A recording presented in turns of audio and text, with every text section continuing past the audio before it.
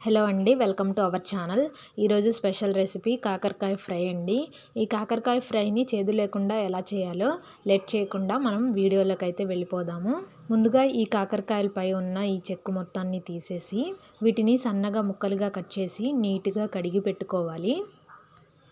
ఆ తర్వాత స్టవ్ పైన ఒక బాండీ పెట్టి అందులో మీరు సరిపడా ఆయిల్ని అయితే తీసుకోవాలి. ఆయిల్ హీట్ ఎక్కిన తర్వాత సన్నగా కట్ చేసుకున్న కాకరకాయ ముక్కలను ఇందులో వేసి వీటిని బాగా ఫ్రై చేయాలి. ఈ కాకరకాయలని నైటే నేను కట్ చేసి ఫ్రిడ్జ్లో పెట్టుకున్నాను. నైట్ ఫ్రెష్గానే ఉన్నాయి, మార్నింగ్ కల్లా కొంచెం అక్కడక్కడ పండాయి. ఇలా ఉన్నప్పుడు మీరు మధ్యలో గింజలు తీసేసి ఫ్రై చేసుకోవచ్చు. నేనైతే అలాగే ఉంచేసి డైరెక్ట్గా ఫ్రై చేస్తున్నాను. ఆ గింజలు కూడా ఆయిల్లో ఫ్రై అయిపోతాయి కాబట్టి అంతగా ప్రాబ్లం ఉండదు. ఇందులో 2 టేబుల్ స్పూన్స్ పసుపుని కూడా వేసాను. కాకరకాయలు ఫ్రై అవ్వడానికి కొంచెం టైం పడుతుంది కాబట్టి ఈలోపు నేను కారంను ప్రిపేర్ చేసుకుంటున్నాను. కారం తయారీ కోసం చిన్న కొబ్బరి ముక్కను సన్నగా కట్ చేసి వేశాను. అలాగే కొన్ని చిన్నుల్లిపాయలని, అలాగే 1 టేబుల్ స్పూన్ ధనియాలను కూడా వేయాలి.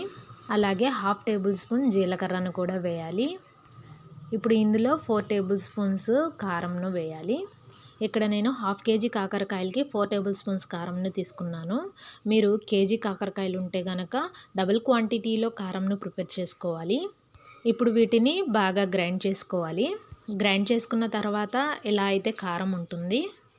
కాకరకాయ ఫ్రై చాలా టేస్టీగా రావాలంటే ఈ కారంని అయితే ప్రిపేర్ చేసుకోవాలి. ఈ కారం మాత్రమే మెయిన్ ఇంపార్టెంట్.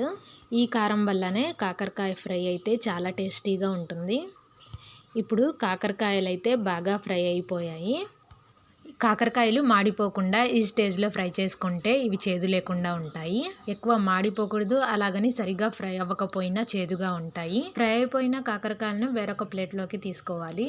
ఆ తర్వాత ఇదే బాండీలో కొద్దిగా ఆయిల్ని కూడా తీసుకోవాలి.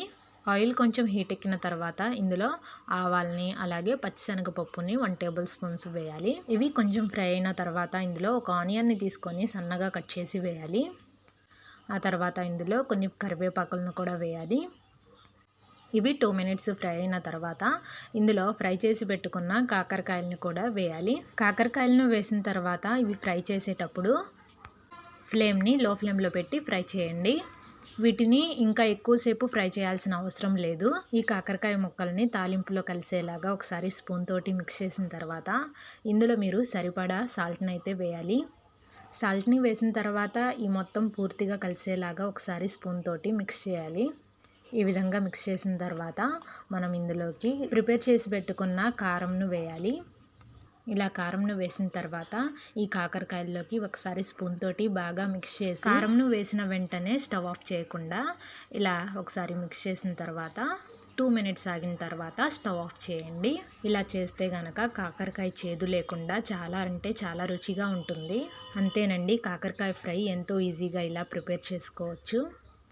మీరు కూడా ఇలా ఓసారి ట్రై చేసి చూడండి, చేదు అయితే అస్సలు రాదు. ఈ వీడియో మీకు నచ్చితే కనుక తప్పకుండా లైక్ చేయండి. అలాగే మా ఛానల్ని ఇంకా కొత్తగా చూసేవారు ఎవరైనా ఉంటే కనుక ప్లీజ్ సబ్స్క్రైబ్ చేసుకోండి. అలాగే బెల్ బటన్ను కూడా క్లిక్ చేయండి. మీరు బెల్ బటన్ని క్లిక్ చేయడం వల్ల నా వీడియోస్ అందరికంటే ముందుగా నోటిఫికేషన్ ద్వారా మీకు చేరుతాయి. Thanks for watching.